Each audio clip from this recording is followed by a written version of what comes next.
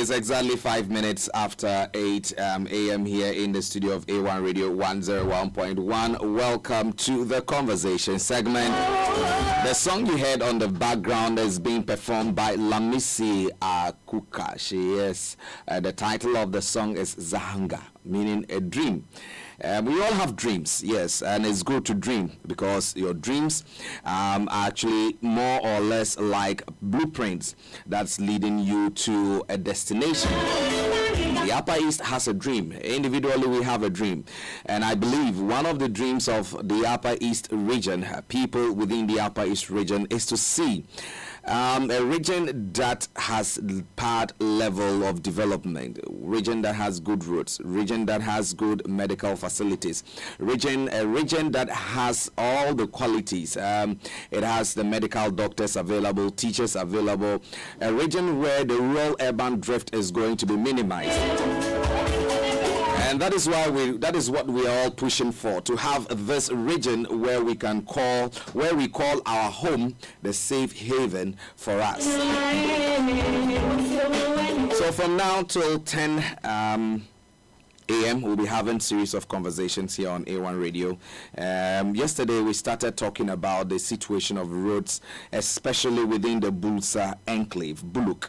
My friend and colleague Sami had covered up a demonstration that was ongoing at the Bulsa North, Bulsa South district, and he came back lamenting about the nature of roads there. And Bulsa North municipality, the youth there are also going to embark on the same kind of demonstration on the nature of poor roads within that enclave. And so we'll be speaking to the convener, the lead for this demonstration, and then once we are able to speak to him, we'll get to understand the motive and the rationale behind all this.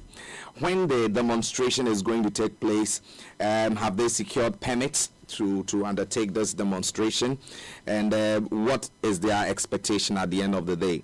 Joining me on phone this morning is Solomon Ajudiok. He is a convener of the demonstration. Solomon, good morning. Thanks for making time to speak to me. Morning, sir. Tell us about the intended demonstration that is going to take place on the 23rd of February. Thank you very much for reaching out. Please, it's just as simple as that, because we looking at the road from Chuchuga to Uezi is very terrible. And, every day we've been complaining. Seems like it's not going anywhere. So, because of that, we, the youth, and particularly me myself, I'm a content creator on Facebook. And most people in Buluk know who I am. So I took it upon myself to do this for the people of Buluk, not for myself. So it's not for content creation, but to send out a message, the plight of the people of Buluk. Is that what we get? Exactly, sir. Right. But we were told that you were supposed to join, you were expected to have joined the group in Bulsa South to have demonstrated on the same issue. Was it deliberate that you chose to opt out of that demonstration? To have yours separately, or it's a planned thing between the two organizers? Oh, frankly speaking, I didn't even know they were organizing one street. Because I started talking about this thing not now. So I planned to do it, but I didn't get the go-ahead. I needed to come and start the whole process of doing it. So I was on my way coming, then I heard that they were going to do one at FMBC on the 17th of this month. But then my plans and everything was just in place. So I was like, okay, if that is the case, once they are doing it, and we are two different administrative units, Busa South and Busa North. We are all Busas and we are all fighting for the same thing. So if they even do it at that place and we do it here too, it is just a way of letting people know that we are very serious about what we are facing. So it's not a planned thing, but I plan to do it for the people of Buluk. First, I wanted to do it in Sandema first. On the 23rd, then on the 24th, we'll do it at Fambisi. Because Fambisi is the district capital for Busa South, and Sandema is for the Busa North. We can't come together to do it once, because looking at the distance and the cost of, conveying people from Fambisi to Sandema and all that, it was going to cost much. So I plan to do it differently, right, with the same aim. What has been the reception from the general youth population and then the entire Busa North municipality to this announcement of a demonstration to fix the road? I can say everybody is very happy about it because I was at the Busa radio, that was 2 days ago. And when people called, you could see everybody was happy. I was in town yesterday meeting some 2 or 3 groups and we were talking about it and everybody was happy. But their problem was that they are afraid if I should also disappoint them like what happened in BC. So I also give them the assurance that we are not going to disappoint them this time. So everybody is very happy about it. Can you refresh our mind? What exactly happened in Fumbisi? When I came, they were told that on the 17th it was not going to be possible because the police that were supposed to help them with the supervision were not up to the number who could oversee, let's say, guide them through the whole process. So they opted for a press conference instead of the peaceful demonstration. So when I even came around and I sent my letter to the police, they were also suggesting that if we could do it on the 27th of March, that was the day they could organize people to help us with the organization. So I was like, okay, if that is the case, I'll give you a letter. So if you have a different suggestion, write it formally to me. Tell me these are the reasons why you want us to do it on this day. And I also see if it's going to help me or not. Because if you look at it, we are not seeking for permit. We are only notifying the police. It is our right to notify them not to seek for permit. So clearly, they don't even need to give us a permit. We are only notifying them. This is what we want to do. It's peaceful. Nobody's carrying a gun or cutlass or something to go and do anything. So if you are giving me a different day, suggesting a different day to me, which I think is not going to help me, look at the engagements I had. I came from radio to radio, TV stations, engaging with the local chiefs and organizations and all that. Then if you are telling me you are suggesting a different day, which is like a month's difference, what am I going to tell these people? Has this intent to demonstrate for the Brook roads to be fixed misinterpreted to be politically motivated? Exactly. That is the problem we are having here. And I always tell people that is why I have decided to do this alone. Because the moment you bring 2 or 3 people inside, then everything is just going to be messed up. Because when I came, hearing from people, they are saying you are being sponsored by NPP. I remember I was interviewed on Busa Radio, and they asked the question, if it is the NPP that is sponsoring me to do this coaching, I was like, no. If anybody can say, oh, I've given this guy 1 city to do this, the person should just call and say, yes, I give you money. It is something I was like. But don't you think the people also making these presumptions may be right, considering that the road was unfixed during the tenure of the NPP, and you were a citizen of Bullock then, and they didn't see an action from you? Are they wrong? Nobody's wrong. Nobody's wrong and nobody's right. Now the issue is, we have a voice. All right. When NPP was in power, maybe I was not having the voice. And that time I remember I used to talk about it, but my voice was not heard much. So if you, let me tell you something about that. This whole thing happened when I was small. I used to be part of this drama.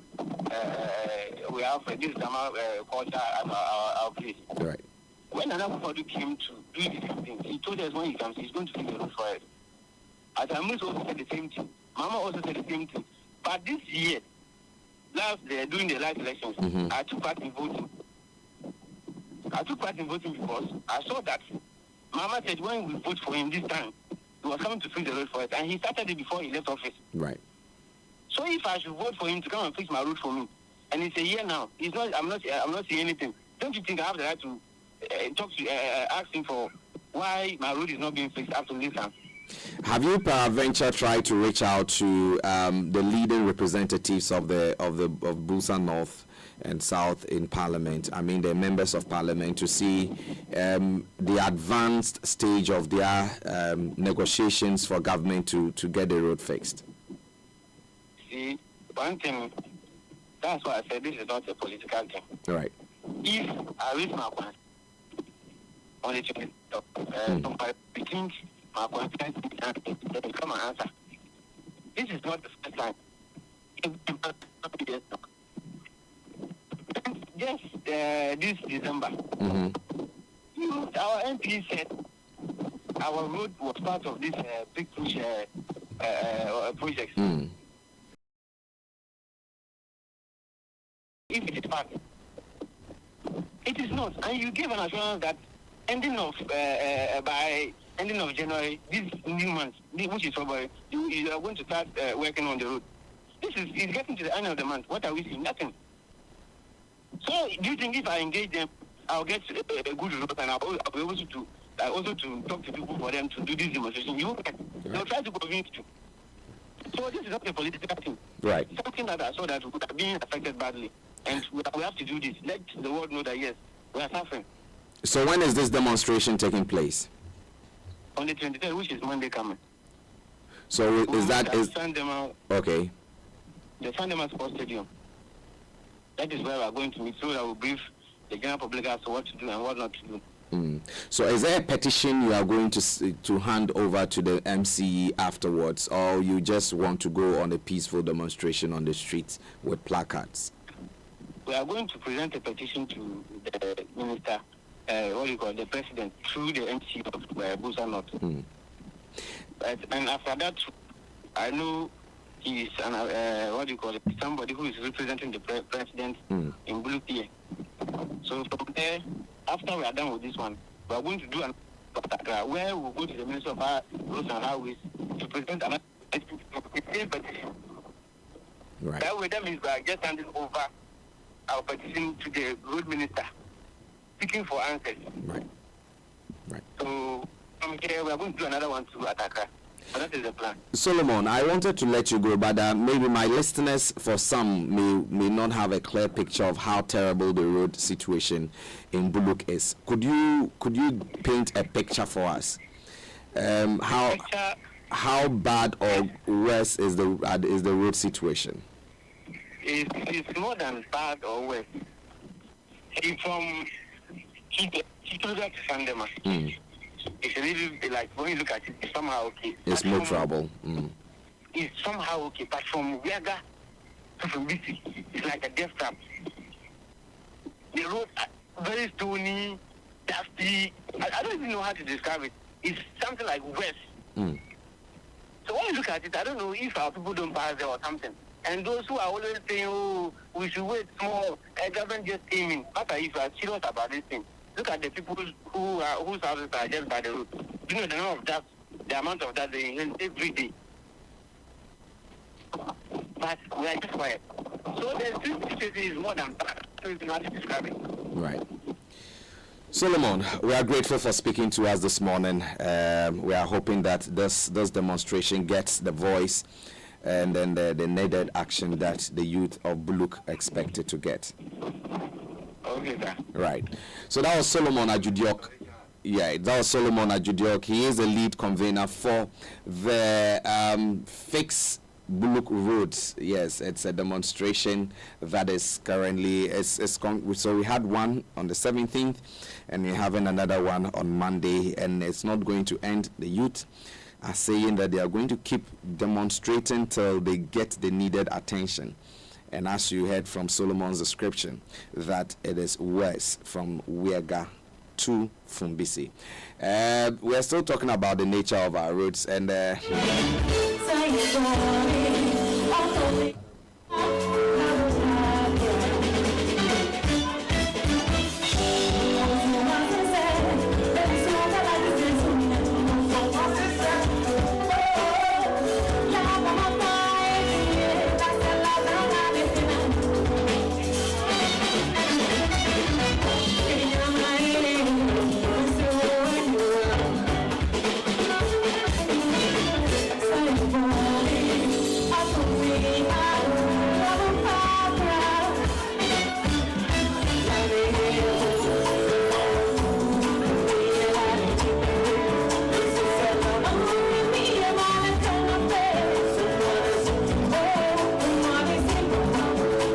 as I intimated earlier, it is a dream, and the youth of that is Bulsa North Municipality and Bulsa South District, have a dream, and their dream is to see their roads asphalted with bitumen, to see their roads motorable, that will allow free movement without stress. Someone say, but they're not moving. They are moving, but Charlie, the stress involved there.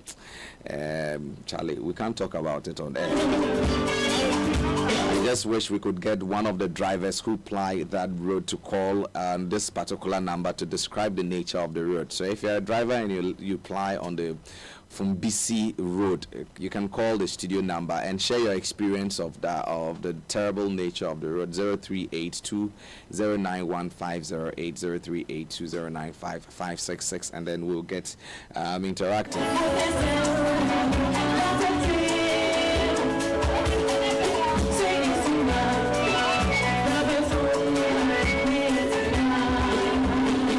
So we have Benjamin Atwasi. He is the Deputy Communications Officer for the NDC Regional in the Upper East Region, joining us on phone to have a conversation with regards to the 24-hour economy bill that was ascended, sent to by the President, His Excellency John Dramani Mahama, following the parliamentary passing of the bill.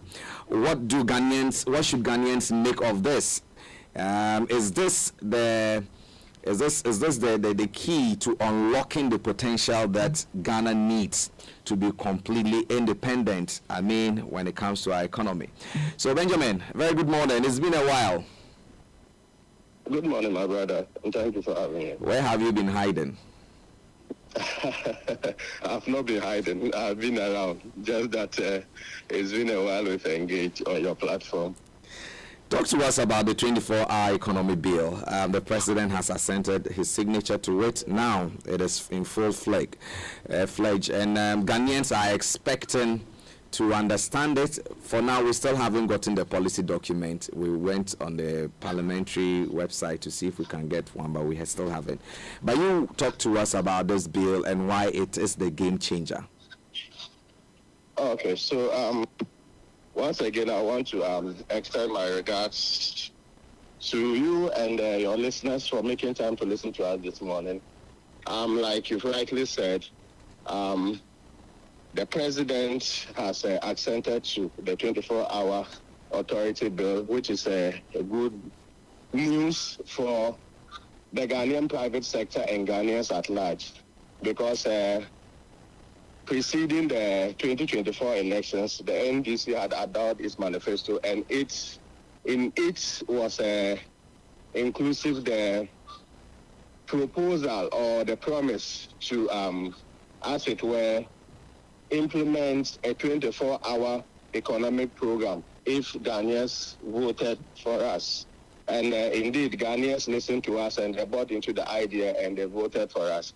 So the 24-hour economic authority has come to, as it were, to be the engine and the framework to which the whole policy is going to ride on to deliver whatever outputs that the Ghanaian economy deserves. And for many who try to play mischief with the 24-hour policy and said it was not going to be possible and that it was a mirage and it was not going to happen, this is a step to justify or to prove that the 24-hour economy is not a mere rhetoric, but it is something that it is feasible. It is something that the president will want to implement. It is something that is doable. And we think that the deliverables and the outcomes will be something that Ghanaians will be happy about. Talk to us. Okay. Continue. Yes. You continue. So the 24-hour economy is a private sector-led program or policy. What government seeks to do is to provide the platform or the framework with which they can operate. So government will give incentives in terms of tax rebates, in terms of cheaper electricity, in terms of giving land where land is needed. Government is going to also facilitate and make sure that roads or access roads that are linking agro-processing industries and also the markets are also constructed. We have the 24-hour markets that will come up so that the produce do not remain only in the farms. They can get to the markets that we want them to be. So the 24-hour economy is a private sector-led policy, but it is going to be anchored on government providing the competitive and conducive environment for the private sector to operate. If you look at the free zones enclave, which was an idea for people to come in or an incentive to attract investors into the country, it's just a similar thing where you have the businesses come to set up, they are given tax rebates where they are not paying higher taxes, which will cripple their businesses. They are giving other incentives that other people elsewhere will not get that incentives. So that is what will attract the investors to come. So it's similar to that of the 24-hour economy policy. So that is going to open up Ghana to the private sector investing more. And someone will ask, what will be the end result of these investment or these incentives that government is going to cut most of its incomes or revenue to attract? In fact, we have a higher, unemployment situation in the country. When the private sector engages more in the 24-hour economy, their operations definitely will go up, their output will go up, and therefore they will need more hands to come and do their work. So definitely the young people or the youth that are not employed will be employed. We also have a situation where our city will be stabilized because we are going to send out whatever that we are producing here, add value to it, not in its raw form, and bring back dollars into the country where our city is going to be stabilized. We are also going to have a situation where our roads are going to get better because we are going to have the roads connecting the hard to reach areas to the towns. If you look at, for example, some of the things that we import into this country, it is not something that we do not have the capacity or we do not have the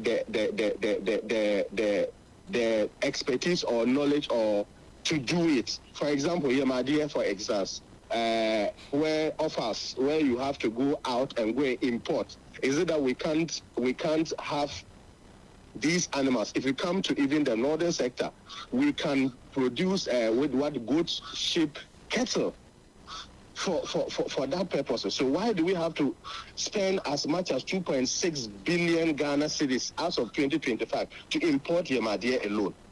If you look at share oil, look, share is grown in Ghana. We have share here. But we send the raw beans outside. They produce and extract oil and sell the oil back to us. As of 2025, we spend almost 38.95 billion Ghana cedis on share oil alone. Why don't we add value to it in Ghana here so that dollars that we are going to send out to bring in the share oil, it is retained here so that our currency becomes stable. For example, if you are sending this money out there, you are creating jobs for people outside Ghana, which is not going to help us. So what the 24-hour economic policy seeks to do is that it is going to focus on value addition too. So you have investing in agriculture, you are investing in agro-processing, you are investing in manufacturing, and you are investing on value addition. So that is what is going to create the jobs. That is also what is going to drive our economic growth. So that is what is going to make our city stable. Right, Benjamin.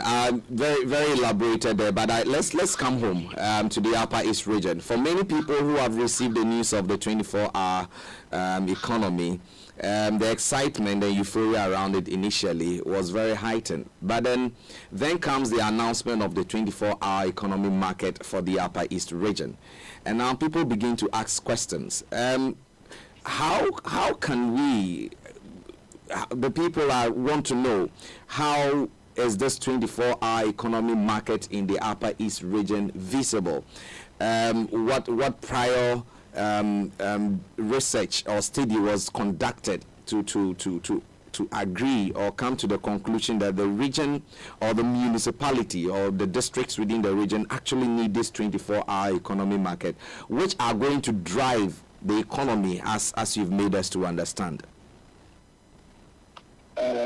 Look, markets are not new to the NDC. You know, in the previous Mills Mahama administration, we put up the Kotokraba markets.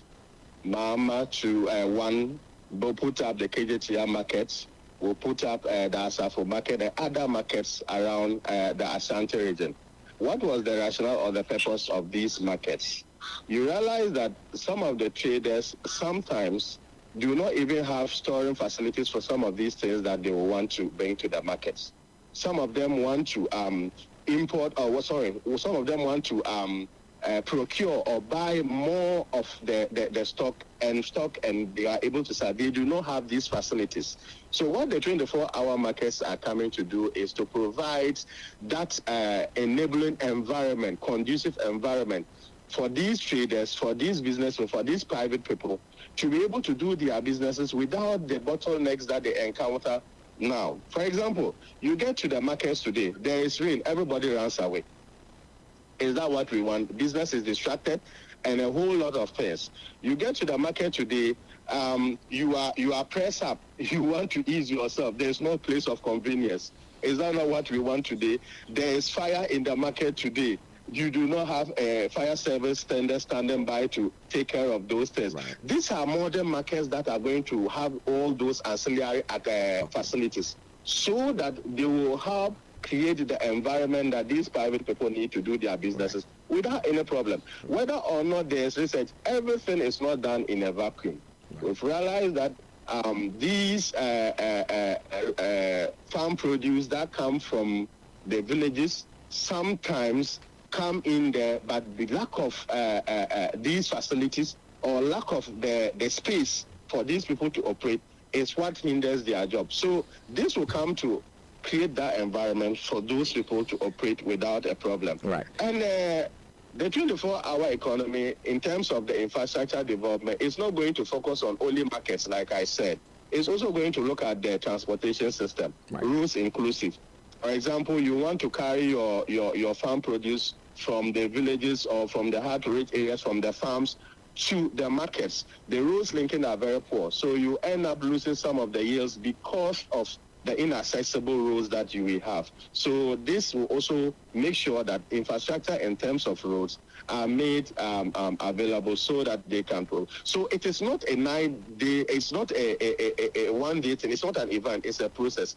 And the 24-hour economic policy is going to be private sector driven, and is going to be government giving the incentives and the enabling environment to attract businesses or the private sector to invest in it. And the authority is giving that coordination and the legal backing that we will need to operate the 24-hour economy. Right. A huge project like that cannot just run without any institution or any agency facilitating and coordinating activities, right, so that we know that we have a dedicated source of funding that goes into it for that purpose, so that we will not hide it somewhere and another government comes and pretend it doesn't exist. Right. This is something that is going to be good for Ghana, and we must embrace it. And an authority is a good call and a good start, right, to have the 24-hour economy. While you call on the good people of Ghana to embrace this policy, maybe,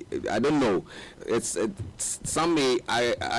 I'm struggling to understand the concept of the 24-hour market because of maybe my understanding of how a 24-hour work. I believe that it is if it's starting from 6 a.m., then it's going on round clock to 6 a.m. Am I wrong to assume that is how the markets are going to operate? Or these markets are just the auxiliary facilities, as you mentioned, being fitted in the markets? And if it's just to have auxiliary facilities fitted in the markets, why are they not going to be fitted in already existing markets, but rather have new projects we just brand with the name 24 hours? You see, when we mention 24-hour economy, people tend to be fixated more on the three ships. But that was what was told us, right? Yes. Prior to the elections. And like I told you, it is not an event, it's a process. You don't put up a market today and think that it will run three ships. It is based on the conditions or the environment you will create that will incentivize or give that competitive environment for people to want to operate 24/7. So bringing the market is a start to creating that environment so that you will have the market in there, you will have the private sector coming in, you will have businesses that will definitely operate 24/7. You will not have everybody operating 24. For example, you go to the KGTR market today.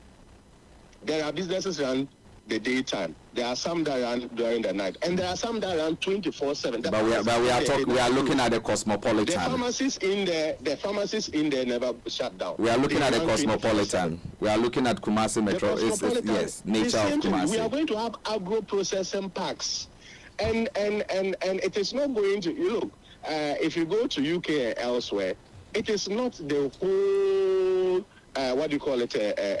country that runs the 24/7 system, right?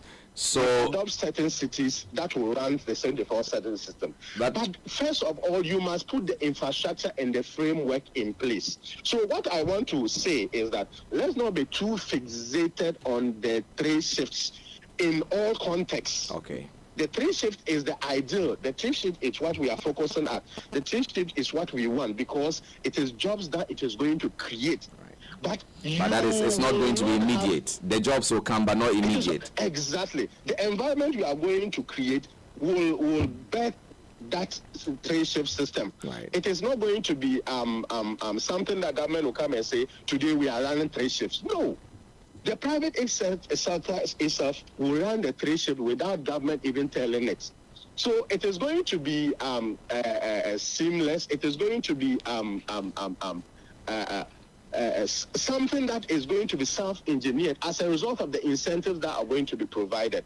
For example, we said that we are going to give cheaper power, right? Yeah. And the cheaper power, we are going to provide meters that are going to be calibrated in such a way that businesses that will want to run 24/7 will have such meters so that if you are operating at night or the peak hours, you are charged lesser than those that will not want to operate. Right. So this is enough incentive. You are making savings. So it means that you are going to operate at those hours. Right. So once you want to operate at those hours, you will need more hands to do that work at those hours. So you see that environment is making sure that people participate in it and they run 24/7 because they are going to get cheaper power to run 24/7. Right. So the markets are a starting point. So, but if you agree that we need markets, then there is no argument to say that we do not need it for the purposes of 24-hour economy. Yes, we need markets. And as to whether we will run 3 shifts in the market will be determined by the environment we are going to create. And that environment is already envisaged, and they've put funding sources to make sure that the private sector take advantage of those opportunities to operate the 24-hour economy. So I get it that all the districts within the country agree to have this 24 economy market running within their districts. Is that yes? There's been an agreement. But they are in phases. Okay. They are going to be in phases. Certainly, you will not have all running construction going on at the same time. Right. We are doing it in phases, and by the end of the term of President John Dramani Mahama, would have seen these markets up and running. Right. And the country would have been what we all want to see. Benjamin. And I think you might even secure some of the shops in the market to do business because everyone needs to do business. Everyone really needs to do business, so we are grateful for speaking to us. We'll still be having elaborated conversations around the 24-hour economy after we get to read the document. Thank you so much for speaking to us. Thank you for having me, my brother. Right. Atura. Good morning. Thanks for coming in studio. Good morning to you. Good morning to everyone. You heard the entire conversation, and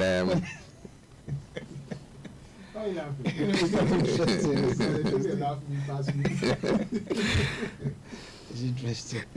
Am I wrong to understand that 24 means from 6 a.m.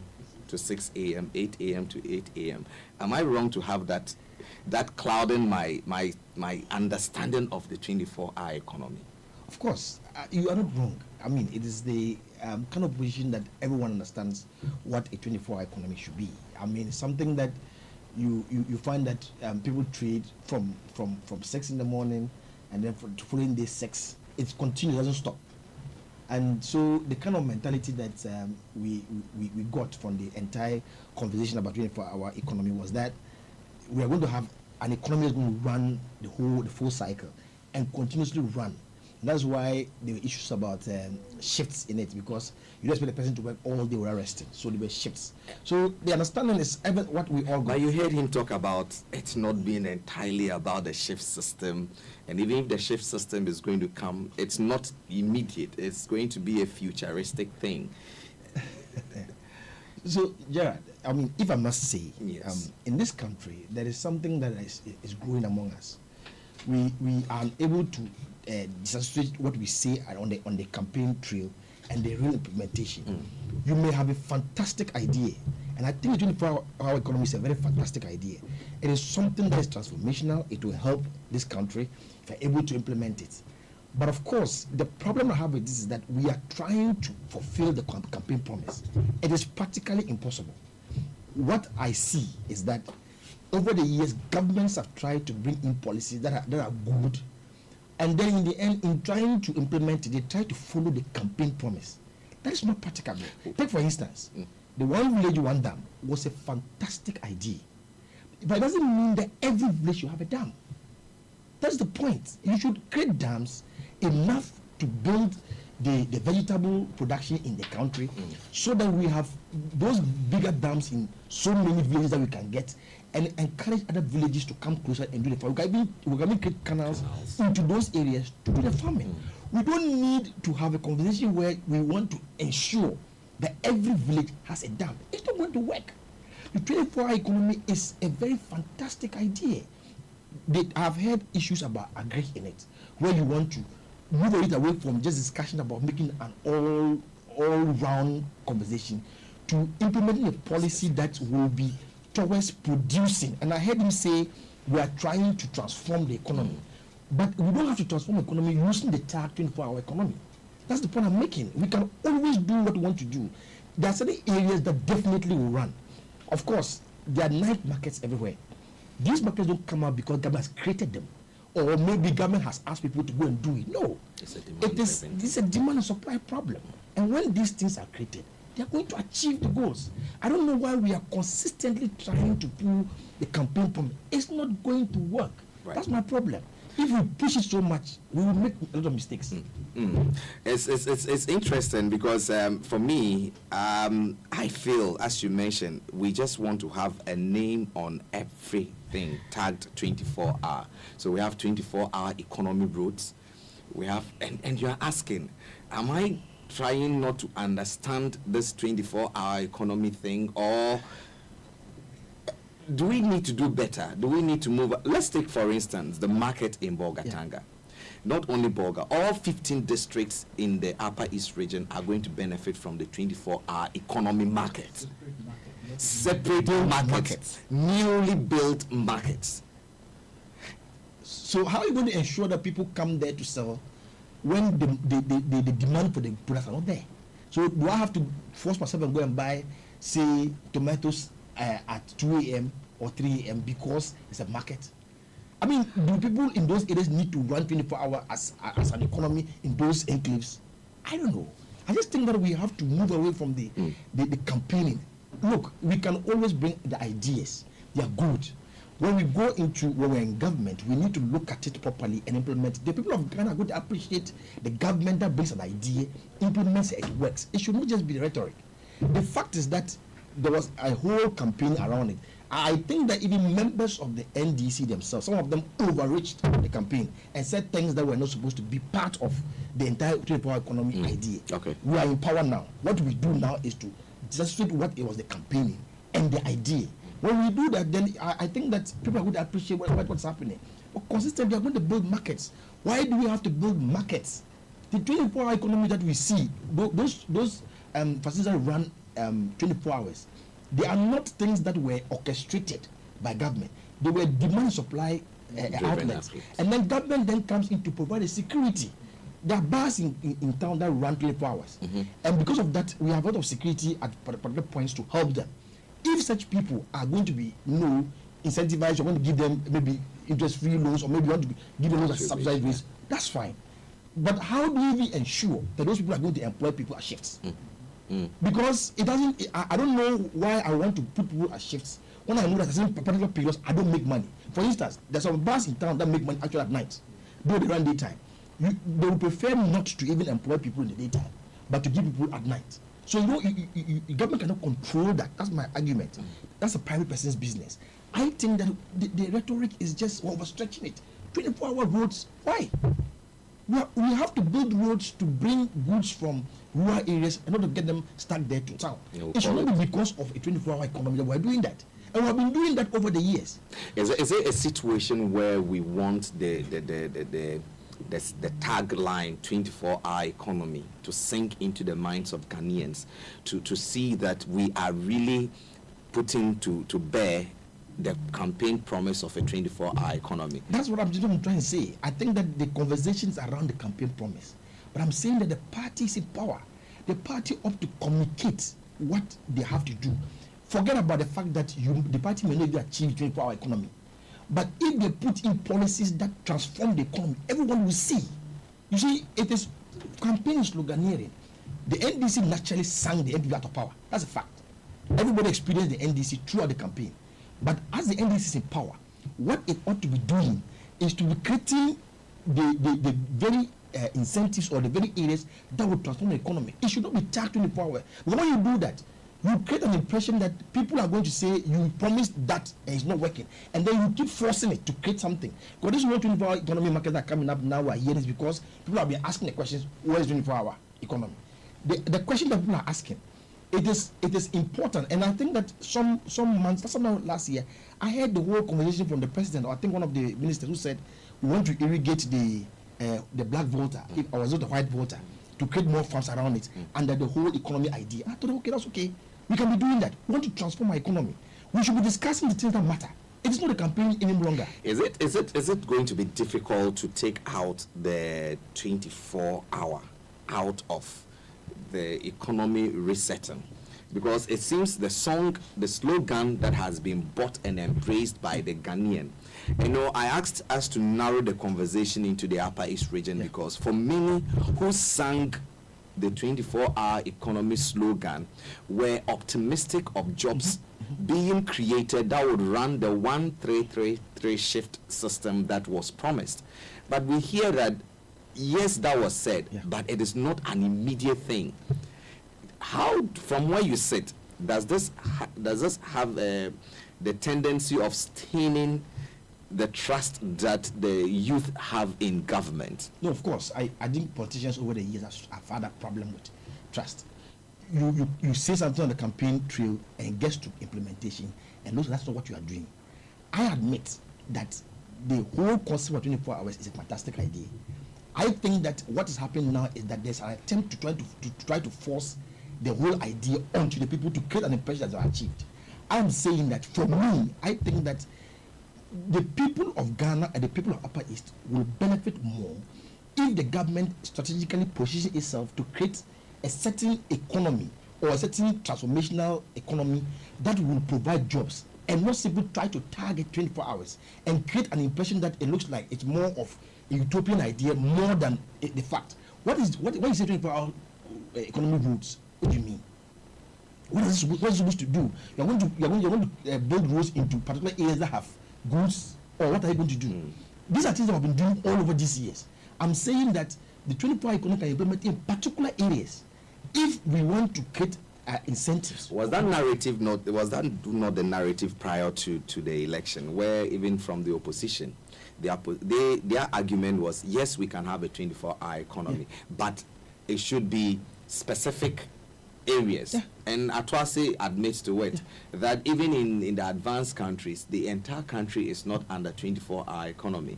So what is it that the NDC is failing to learn? Because the Free Senior High School gives us a typical case study about a government that rushed into implementing a campaign promise, and we saw the challenges that came along the way, though they denied it but eventually admitted it. Are we going to tread down the same path if the NDC fail to look back and learn lessons from previous policies that were poorly implemented? I mean, we're going there. I mean, I have heard commentary in other areas where they're complaining about the way they want to build the market. These are issues because governments or parties come into power, and then the intention to strictly follow the campaigning or the policy is what I have a problem with. there is always going to be a situation where you cannot fulfill all the campaign promises. In fact, in some cases, you don't even know what is in the system before you come to power. So when you come, you have to admit that certain areas are there, you cannot go there, or they're going to be impossible to implement. But I'm saying that in the end, it is the process, it is the things that you do that will matter. If the people of Ghana are able to, we're going to find a situation where we create 11,000 or 11 million jobs every year for citizens, or let me say 11,000 every year. That in itself creates a situation where the people trust the government. It's not about the policy. We don't need to have people running shifts to say that they have jobs. We need to have people want jobs, and those jobs cannot be from government. Private sector are involved.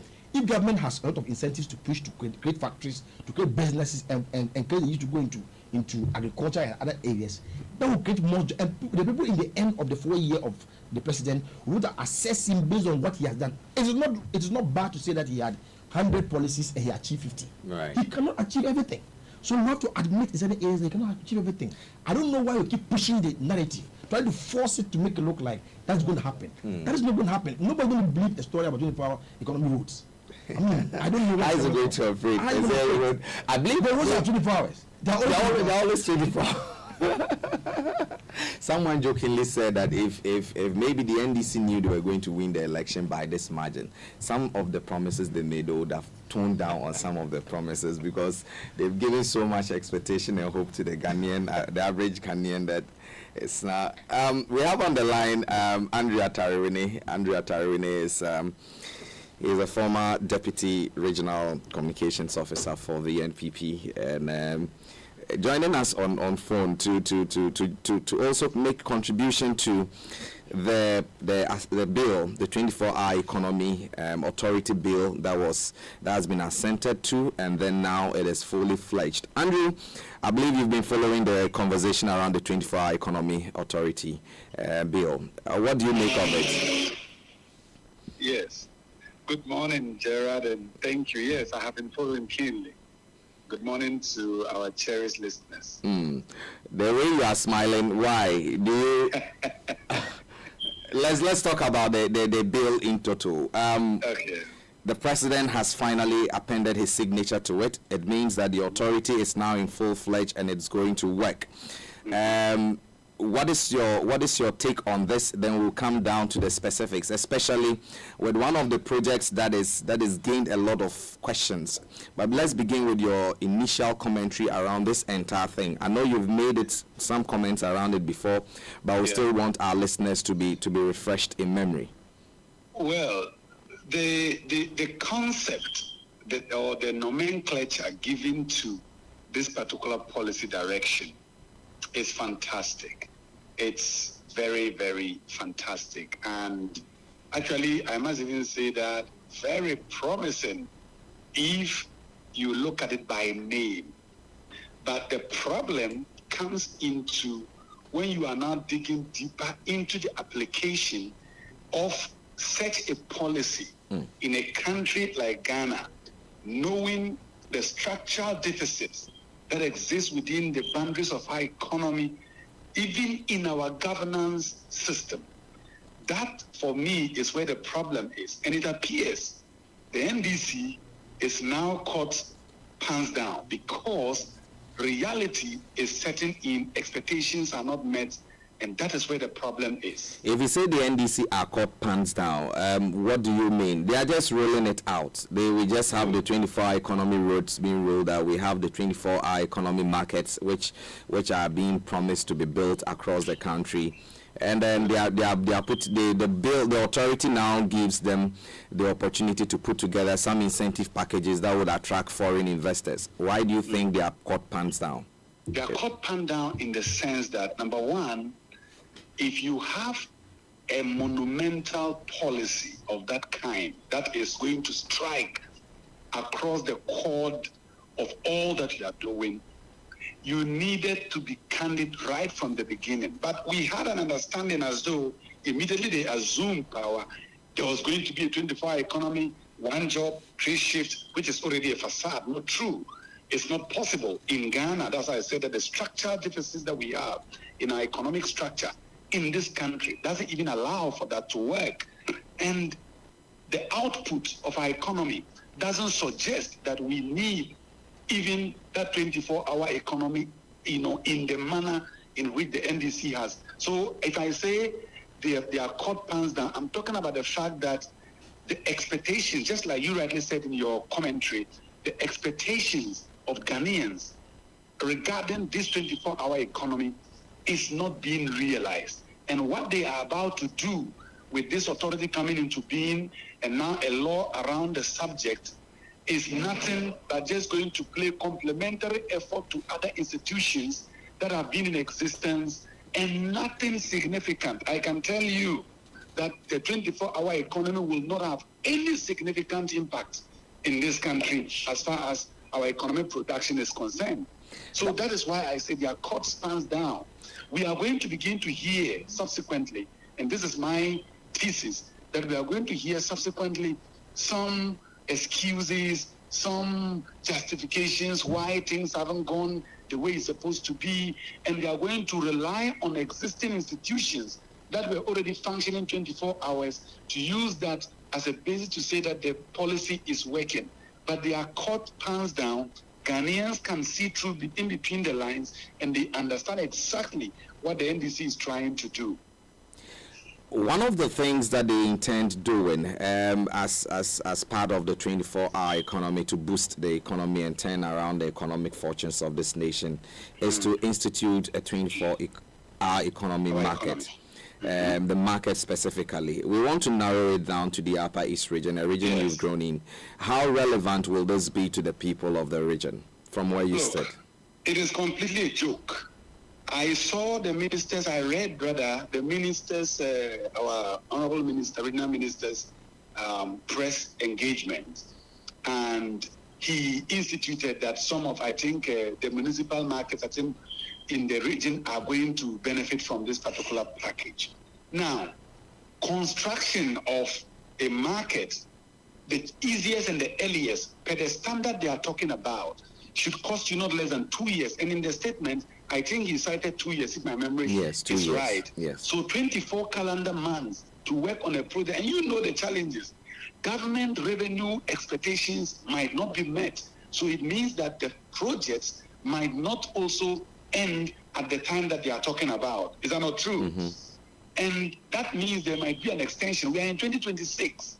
So we are talking about 2026, 2027, eventually taking effect in 2028. At what time will people benefit from this particular market you are talking about? It is a calculated facade. They are using it to play the minds of the Ghanaian people because they know Ghanaians are very upbeat about anything that will improve the economy. And that language, that huge propaganda, that thing that looks like true, really worked on the minds of Ghanaians. And that is why I think that it is going to be a very difficult thing. And let me tell you, that particular project you are talking about, the market, the 24-hour markets, the modern markets, and the structure of this, the things that they are talking about, if you read it very well, and most of the things they are doing around are what do you call it, the World Bank's projects. These are World Bank recommended projects that fall under the SOCO projects. Okay? If you take, for instance, let me just digress for 1 second and come back. If you take the Bokuri Vitalization Fund, for instance, the program itinerary, the synopsis of that particular program is verbatim to some extent to the dictates of the World Bank, project. So that is exactly the modus operandi of the NDC. They don't have the expertise, they don't have the clout, the ability to turn the whole thing around, and so they are going to pussyfoot around existing issues, and for that matter, it won't work. 24-hour markets is completely out of touch. It can't work in the Upper East. I don't see, if you go to Boko, which is a municipality, or Navrongo, where somebody will wake up at night, Gerard, and say he's going to buy tomatoes just because there's a market operating in the night. Are we probably getting the understanding of the 24-hour wrong? Maybe in their purview is completely different from how the ordinary Ghanaian thinks about what 24 hours means. Do you think we are getting it wrong? We will not take any definition, even in text, okay? We will not take any definition, even in text, of how it applies to other jurisdictions. either than taking what they themselves prescribed for us. They told us it was going to be one week. You are a journalist. You are at A1 Radio. You will come in the morning, maybe to 8 to 5 or something. I will take over from 5, to maybe midnight. And then someone will take it there to the next morning. This is what they said. And that is the prescription. And they said that organizations were now going to operate 24-hour economy, and they were going to get incentives of security, incentives of maybe tax incentives and all of that to allow them to run. When you have a country that cannot boast of 20 effective, functional, factories, right? 20 effective, functional Ghanaian-owned factories. That was the mentality for which 1D, 1F came about. If your production base cannot be essential enough to meet the needs of your people, if you are still ordering things like toothpicks, and you cannot have domestic institutionalization of companies, industry to manufacture, you don't tell me about 24-hour economy. Okay, apart from security that needs 24 hours, apart from health that needs 24 hours, education, maybe to some extent, but I'm not even saying that to what extent will you do education 24 hours, but let's grant that even education. How can you tell me that Agric will go through education? And I read their document, and Agric is part of it to do 24-hour economy. To export what? Where? So it is a vague thing. They succeeded in hitting us with propaganda. They deceived the Ghanaian people. And actually, I was one of the people very excited about the 24-hour economy to some extent because I thought it was a real deal. But I've just understood that it's a propaganda deal that is packaged just to win votes. Right. And I'm telling you, after now, they will not be able to. Are there lessons that the NDC are supposed to learn from the implementation of your flagship program, the Free Senior High School, and the manner in which you implemented it? The 24-hour economy is a flagship program of the NDC, which the NPP continues demanding for its implementation. Today it's here. But do you think that the rush, this can be slowed and done right better than how the Free Senior High School policy was implemented in a rush, and we can all attest to some of the challenges that came up eventually? I have had that concern, and my concern is this. It appears the NDC really didn't learn, because if they had learned, you bring 24 economy, and I am yet to see them put a figure around it. When you put a figure around it, I am pretty sure that it is going to be very monumental. Now, in that monumental figure, they still want to do what we call the big push. The big push is also another thing, very huge. And that huge account, for instance, they said they were going to spend 10 billion cedis in 2025. As we ended for big push, as we ended 2025, they have not been able to spend the 10 billion. And you know how much they've budgeted to spend this year, 2026? They've budgeted to spend 30.8 billion cedis. And I'm saying, the 10 billion, you couldn't spend on, you couldn't raise the money to spend. Is it the 30 billion you can now spend? You are bringing 24-hour economy into it. When you lump up big, massive projects like that, what you are doing is that you are losing focus. Right. You don't understand exactly what it is. We saw it with 1D, 1F. We saw it with One Village, One Dam. We saw it with, free SHS. When all of our resources went into some, few projects. And what was the impact? That was why Ghanaians got angry. They thought we should have prioritized, we should have done our homework and done things right. That didn't happen. And of course, that is the things that I think the NDC didn't learn. Right. 24-hour economy hasn't demonstrated, they haven't demonstrated they haven't demonstrated anything that shows that they are coming to do anything proper for this economy. Right. Not at all. Not in what we see currently. Andrew, we are very grateful for speaking to us this morning. We'll make time to further this conversation. Thank you very much. Right. So that is Andrew Atariwene. What do you make of his commentary as well? Well, so his concern is that projects are huge. Yeah. Can you prioritize? Yeah, so I definitely agree when people say that governments over the years have always tried to lump so many big projects together. The problem happens when the government is trying to fulfill its campaign promise, forgetting that there's a difference between being in power and trying to implement strictly what you said in the campaign. It's not going to happen that way. I think that if government has even one project or one policy that it uses to achieve a lot of transformation in the economy, Ghanaians should definitely clap for that government. I don't know why consistently we are trying to go strictly to the manifesto or go strictly to the campaign promise. It is obvious to me and any other person that the government at the moment is trying to force out or push itself to achieve the so-called 24-hour economy that it promised. It is true that the government had a good intention, and I think that there are certain areas in government where government can still push the 24-hour economy. But of course, it's not for every other area in the economy to achieve that. It's not going to work. You cannot be talking about markets where you are I had the person spoke to earlier. Yeah. So he spoke about Benjamin. He spoke about toilets. Yeah, fire service stations. What is that? When the markets are burning, of course, fire service was nearby to come attend to it. I don't know why. Even if the markets we are having incidences of fire. We want to create a fire station around there. Whether 24-hour market or not, we need one there. So it should not always be the case. I think government can push this idea by prioritizing where it wants to implement this policy. You can create incentives in places where they are always running 24 hours so they can benefit from it. Other than that, you have to admit that the manner in which you intended is not going to work based on feasibility that you have done. But instead, we will transform the economy through A, B, C, D policy. And I think that's what Ghanaians want to see. You cannot consistently be pushing monies to the areas where people don't see anything out of it. It's not going to work. I think the government has to look at it properly. I also think that it is important that the political parties understand that it gets to a point where you cannot be reacting to the opposition. Don't think that because the opposition is going to criticize you, you're going to be reacting. So it pushes you to do things that you don't intend to do.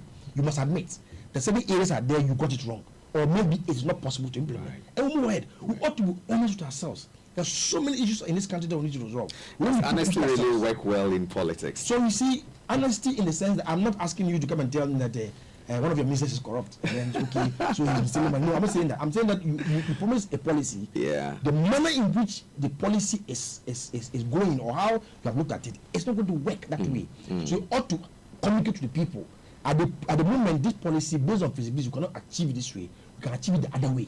And so, instead of saying 24-hour economy, we want to transform the economy through agri. And these are the A, B, C, D policies we're going to put in place. So that people in Bongo, people in Sandema, people in Navrongo can benefit through A, B, C, D process. We are discussing issues about irrigation and tomatoes in Upper East. I think that's an area where we can do a lot. The Tono Dam can still be irrigated as far as Mubisi if you want to build canals to get there.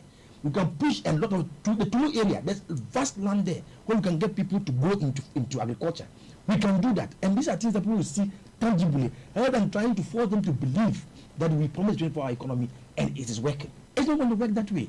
Governments over the years have always tried to push policies that they know are failing, and they are pushing out of monies, and they're still failing, and they're pushing more just to achieve a campaign promise. I think it's not working for us. Is it probably because that is where the money would go to, and that is where maybe some funds can be drawn from? Well, so I was coming to that. In the end, monies are pushed there. Government officials or individuals get there, siphon the money, and in the end, we don't find anything out of it. There were issues about one village, one dam, where we gave dams to party apparatchiks to go and dig or go and bring dugouts. And in the end, some of them collapsed. Some of them didn't have the experience to do it. And in the end, we lost money. That's what I'm saying. And some of these issues, I don't know how you're going to prosecute people. They went to a policy that it didn't work. So we have back and forth here and there. The money is gone. I think that this government owes the people a responsibility. It is not going to be business as usual. The people of Ghana will appreciate the government if the government admits that at this stage we cannot do it this way, but we want to do it in this other way. It might not christen a 24-hour economy, but of course it intends to transform the economy. I think Ghanaians will be happy with that government. We don't need to be discussing things that we know that are going to be white elephants. It's not going to work that way. Nobody's going to come out in Upper East, in Boga at midnight to buy tomatoes, to buy onions. It's not going to happen. He's not going to do it because they can buy the daytime and use it. If you have to wake up at dawn and use it, why do you have to go there at midnight? Why? If you're joining us, this is A1 Radio. This is a conversation segment, and we just have the editorial for today. We started off with roads. Now we are on the 24-hour economy authority bill, which has been signed into law, and so activities are going to kickstart. I'm here with Atura Yam. He is regular commentator here, and we had on phone Benjamin Atwasi, the Deputy Communications Officer for the NDC in the Upper East Region, and also Andrew Atarawini, former Deputy Communications Director for the NPP in the Upper East Region. Just 2 days ago, we woke up to the news again that the CJ, following the petitions that were sent to the president, requesting for the removal for the EC chair and her deputies and the OSP, he didn't find that there was no prima facie case that was found. That means there was no cause for removal found in the documents. This message has been received from where you stand differently. Some are excited about the news, some are not too much excited about the news. As a political commentator and analyst, what do you make about the decision from the CJ, which was accepted by the president, and how that is build our democracy as a people and the image we have on the international front? Well, so I think that when I heard it myself, I was a bit surprised.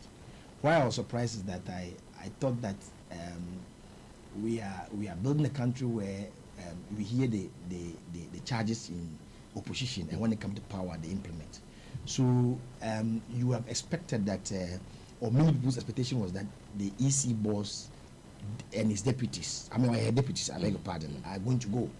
So it was something that I put in my mind that, okay, maybe in the end, when these petitions come, when it was announced last year, I think in November or December, it was going to be that the EC boss will go.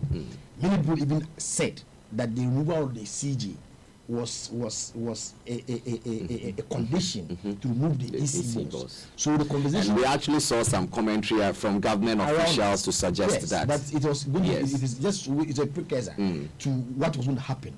So when I heard the announcement, I was particularly surprised. But of course, I think, and that's me, and this is just an opinion I'm sharing. I think that this is something that I don't have the facts, but I'm saying that this could just be a CJ that is doing his job. He looked at the issues that were brought before him as a lawyer, as an experienced judge. He went through the issues mandated by the Constitution to go around it, and looked at them, and they didn't make the cut. Of course, many people in Ghana believe that when you make rhetorics or when you say things, should I say, on the street talk, it constitutes premise or basis for which certain actions can be taken when you're in power.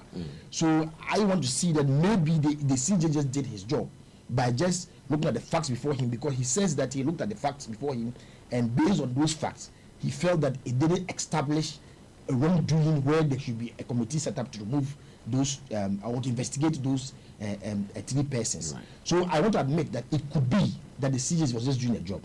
Secondly, I can also say that maybe the petitions that went to the CJ were the petitions that didn't have merit. Maybe they didn't hit what he expected to see. So possibly we are yet to see other petitions that will come that will cause the removal. Because don't forget, there is a certain perception around people that the NDC wants to get the CJ, the EC board out. And this, for the NDC to have the opportunity, and having done that, it means that maybe the facts were not so strong, and that the petitions that will subsequently come, maybe from the party or other individuals who may cause the removal of the CJ. But there is something that I also think might have happened. It could be a situation where the NDC were trying to, or have been trying to cleanse themselves of the saying that they are empowered to remove persons that are from independent bodies. The perception that people have held about the NDC and the removal of these bodies have been countless. the party made those statements in opposition. The CJ has been removed. People have said a lot of things about it, and the NDC is put on the chopping board, being accused of trying to run down these very important independent institutions. Don't forget that the last time this if you recollect the corruption index, the NDC lost, and one of the issues why it lost ground was because of the rule of the CG. Of course, it was clearly mentioned that it was politically motivated. So I may think that maybe this is an attempt to try and cleanse the NDC of any other political motivation or how people may perceive them in future. But many people have also said that this could also be a manifestation of the cracks in the NDC. Maybe because there's been this talk that there's a difference between the party's position and the government's position. NDC party and the government are always seem as if they are in conflict. If you remember, the NDC's general secretary, chairman, made statements to the effect that the EC boss should go. The general secretary made same statements. If you remember, even Rashid Tanko made the same statements about she going and her deputies. Now today, it looks like the government position is that the CG has not. The EC boss hasn't done anything wrong, and so he should remain in power. Maybe it is an attempt to remove, an attempt to disagree with the party position. Just yesterday, I think I heard Idris Hussein say that it looks to him that the EC boss crime or the petition against the EC boss was more injurious and dangerous than the CJ. I heard him. So he insisted that the CJ was removed on issues that were not as serious as the EC boss. Yes, we found nothing wrong with it. That's maybe trivial issues. So I'm saying that this may be a manifestation of maybe the government's position against the party position. But in all, I think that what we must all understand is that it is different to say that I think that the EC boss must go, and then the fact that the EC boss must go based on the issues that are spelled out in Article 146. Stated misbehavior, corruption, infirmity. These are things that the Constitution has given to protect the Commission. And so the CJ might have looked at these issues and counted them as things that don't matter. But of course, I think that the party NDC, from its rhetoric all this while, has attempted to make a statement that the EC boss is not worth the position that she's carrying and her deputies, and so they must go. The government's position today is that the CJ has given a verdict on it, and that should be the case. So I think that all in all, we have to wait and see whether there will be other petitions. But of course, the CJ has made a point, and we have to go with it. Wow. Yeah. This is very interesting because for me and from where I sit, and for the ordinary Ghanaian who looks at democracy, I was scared at a point, because if a government comes and chooses to take out persons in independent positions, then it means it's more like a precedent that has been set, and that means that the next government that comes, the likelihood of them also replacing their own is paramount, and that would not inure well to our democracy, especially if it has to do with the Electoral Commission. That is true. As you mentioned, we cannot determine, we haven't had access to the petitions that were presented to the CJ for his perusal. But then if the CJ comes out with this verdict, it means that maybe the cases did not hold substance. They didn't really check the boxes that he wanted to tick for it to be determined that, let's set up an independent committee to further investigate this for that. But for me, the president coming out to abide by the CJ's recommendation is what stands out for me. Yeah, it's a feather in his cap. I think that he hasn't. I must admit that they might have agreed on what they were going to say or what would be the case before even they announced it. That's a fact. But it's a feather in the president's cap that he's obeyed the CJ's position on this matter. And so he admits that there's no further issue. The matter has been closed. What, for me, is the interest is that many people are saying, and as I've heard some of the lawyers say, that the petition before the before the CJ, the issues about the EC boss that were discussed were more serious than the issues that were discussed with the CJ, who was removed.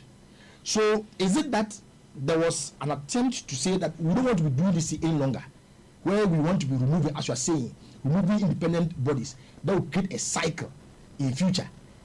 Or is it that it was just really based on the fact? Because sometimes, it's not always about law. Politics counts. You have to gauge the political environment or gauge the conversation around the whole issue and take a decision.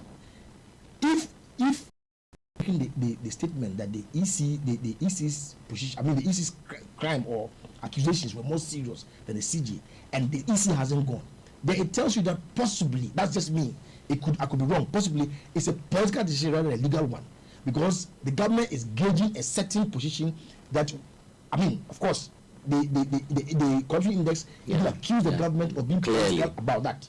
So government wants to remove itself on this conversation, and I think that the NDC itself, as a political party, is trying its best to remove itself from the conversation of we are abusing power, we are being corrupt, we are overdoing it. So I think that this is a position that I want to see it possibly as a political position rather than legal one, because the party itself is already under pressure for taking a decision like that in the past. So I think that definitely we should look at it properly. Right. The EC, the position is just one of those positions that we don't want people changing governments with the EC bosses. And so for the government decision, I commend it. But I hope that it should be at the end to the problem. We don't have to see petitions in the future. Well, you can't stop the petitions from going, but the petitions will continue flying in. But we have a CJ, we have a president that would always refer some of the petitions for the removal of heads of some of these independent state institutions to the CJ and his team for them to review before a final decision is made. I also think that the EC itself has to work on it. On itself. It's very important. You don't have a commission that is so inconsistent. You are hearing issues here and there. They seem not to be following what they themselves are doing. In the last one, when after making an announcement there's not going to be any rerun, you announce a rerun again. So you see, when you do that, you create an impression among the people that you yourself are not consistent. And so that mentality around it has to change. People have to have trust in the EC. The NDC before election made a statement that if the EC results are going to go to court, they will not go to court because they didn't trust the EC and they didn't trust the court. Since institutions are supposed to be independent, are supposed to be institutions that people are going to be able to have confidence in and listen to, understand them. So I think that definitely the EC itself has to work on itself. Try as much as possible to create conditions that don't lead suspicion in the activities. I think that's the only way that we can have a credible EC moving towards the number of elections that we have. This is A1 Radio and this is the editorial. We're just having conversations generally about the big issues that happened in the course of the week, and I'm here with Atura Ayam. He is a political commentator here and a very regular contributor to this network. Ayam, another issue that I think happened this week or so last week was the decision to take Ken's name, the former finance minister's name, out of the red notice. Is it Interpol red notice? And then there seemed to be an argument that for now he can even apply to seek asylum in the US. This would be another blow to the government, considering that there had been this strong positioning to get him back into the country by all means necessary. This was also heightened by the position of the OSP. I have been thinking and reading through the reason for, and also reading through the international repatriation laws, which says that if someone is believed that if he returns to his, I'm just paraphrasing, returns to his home country and the situation for which he's supposed to be returned is politically ill motivated, then the person can choose to seek asylum in the country of his refuge, and then other processes can take. Can we say that the government, its commentators, and the OSP probably armed Ken's case and gave him the leeway with the position we took in trying to get him into the country again? Yeah, it's one of those things that I found a bit unfortunate. I believe that as a country, we had a problem where a finance minister, the conversation around him was that he had run the economy aground. There were a lot of crimes that he had committed, in decisions that he had taken, and so he was wanted for questioning. When he was out there, or when he went out there, the decisions, the conversations back and forth did not come to me as though it was an attempt to really get him to come and answer questions, but it's as if there was a certain political backing, and there was a creation of that narrative within the national environment that he was wanted based on political issues rather than accounting.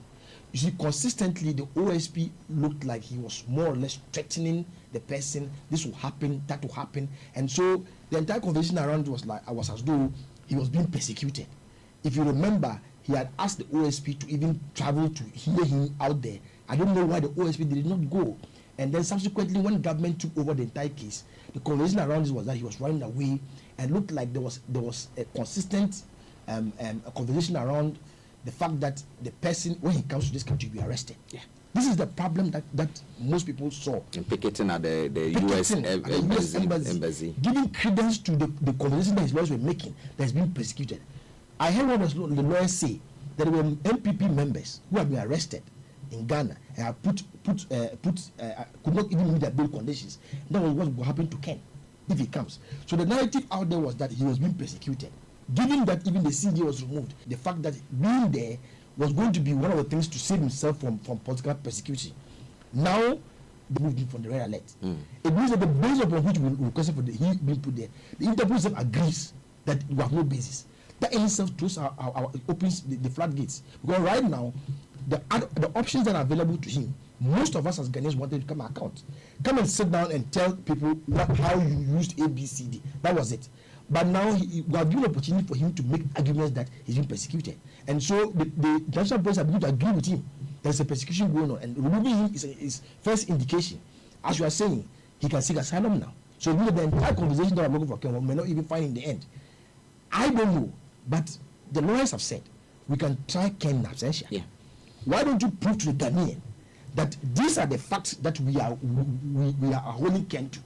And so if we can hold Ken to these facts, that a court of competent jurisdiction finds him guilty, then we can be able to say, okay, these are the things that he did. Other than that, our consistent conversation is that he has done something. We are looking for him to come and account, and as if he's not there, we cannot do that. I think that we have to look at it properly. Let's not get an impression out there that there's a certain Ghanaian who has said this. We think that he has done A, B, C, D wrong, and we are pushing him out there, and the national community is protecting him as if he's an asylum seeker. That's not what we do in this country. People don't run away from this country and go and look for them, and we don't have that kind of conversation. Even with the previous appointee who was away, I don't think that we went through all these problems to find her. What I think that we should do now is that right now that we have moved for the Interpol alert, if we can get him to come to Ghana, we should get him. If we cannot get him, let's do what the lawyers say, prosecution absentia. I don't know if that's yes, right. Because I've heard, prior even to this entire conversation where his name had to be taken out of the red notice, there were some lawyers, learned lawyers, who argued that there are different approaches to this particular situation, especially at the time he said he was ill and was seeking medical care. Some lawyers proposed that if he has to be prosecuted or listened to, that can take place in absentia. Okay. Fortunately now with technology, even when he was being tried on in the US court after whatever happened to him, we from Ghana, those who had the link watched the court proceedings via the internet. And so that means that there's been a creation where we can get access to him and still have a trial go on. The woman, is it the Sedinam Tamaklo? Yes. She was tried in absentia. Yeah. So why can't we do same to him? Yeah. And that's why people are just asking the question: is this not more than just inviting someone to answer questions, but maybe trying to prove a fact, a point, and maybe to fulfill a promise again to the Ghanaian that we said we're going to bring him in, and we have succeeded in bringing him in? Yeah, so that's what I've been saying. I think that we have to disassociate what we say on the campaign platform and what we do when we come to power. We ought to be careful with when we're in power, the decisions that we take. I think that we could have gotten him, proved to the Ghanaian that he's guilty, even though he's not here. I think that we could have done that. But of course, what we are doing is that consistently we are making conversations out there that seem to create an impression that he's being persecuted, and that mindset itself is not working for the Ghanaian. It's not helping the process. That is what I refer to when I say that it is important for us to consistently engage him, even though he's not here. If we can try in absentia, let's do that, because as it stands now, the mindset among people is that he's being persecuted, that persecution itself is not help. That persecution tag is not helping the nation. We have to raise issues where political parties must understand that what you say in a campaign is not the same thing when you are in government. I heard the Attorney General say that some of the cases that they have brought are not really things that they can. And I think a lot of people are asking questions about the oral. Yes, so it is something that we must admit. It happens when on a campaign platform, when we are in opposition, we hear a lot of things that are not true, or maybe cannot stand the test of time. When we come to power, we have to change it now. And I think that the consistent tag of persecution is not helping. Removing him from the red alert is one of the situations where people are using as a base against the government, that upon all that you achieved with the red alert, the Shah communities are agreeing or are saying that they are not, or he's not supposed to be on red alert. So it's a dent on the government's credibility or the president prosecutor's credibility. I think that if you can try and access, let's do that. Find him guilty and find ways of getting him to come and answer. Other than that, I think that we're going around circles and we're not going to achieve anything with it. This is A1 Radio 101.1. Before we further the conversation, let me remind you of the largest gathering of market actors in Ghana, which is happening this March in Tamale. World Vision Ghana's Thrive 2030 project presents Ghana National Market Actors Forum, and they are calling for exhibitors be part of a powerful national platform that brings together producers, buyers, investors, processors, policy makers and development partners to strengthen market linkages and unlock inclusive economic growth. The venue for this event is at the Modern City Hotel in Tamale from the 24th to the 26th of March 2026. Why should you apply? They are calling for exhibitors and vendors in the following sectors to apply: the value chain sector, which include crop and plant-based value chains, livestock and animal-based value chains, processing and agro-industrial value chains, handicrafts and creative value chains. They are also calling for market actors to be exhibitors. These include buyers and off-takers, aggregators and traders, processors and manufacturers, input suppliers, financial service providers, and more. They are also seeking the market service providers to apply for to be exhibitors. They include logistics, packaging, certification, and quality assurance, and others. They are also calling on institutions such as Corporate Ghana, NGOs, development partners, policy makers, and regulators to also apply. Join the team in Tamale and be part of the forum that turns market opportunities into real growth for businesses, farmers, and communities.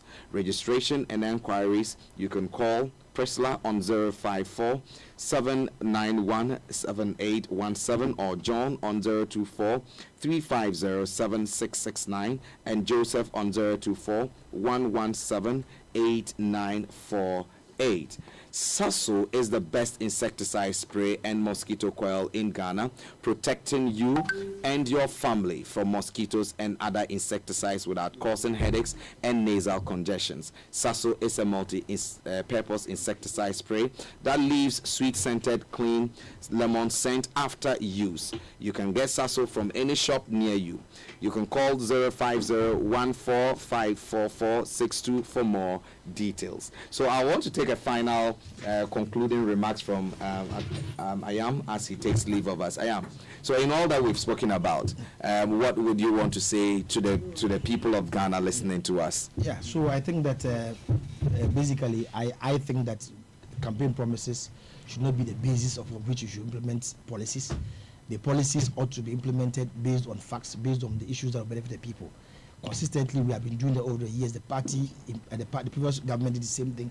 This government seems to be repeating the same action. I think that should change. I think that the policies should be directed towards the people's concern, what the people really want to do in transformation. I think that's very important, rather than trying to fulfill campaign promise. Right. Thank you very much, Ayam, for joining. We will be back after this commercial break to continue discussion here in studio.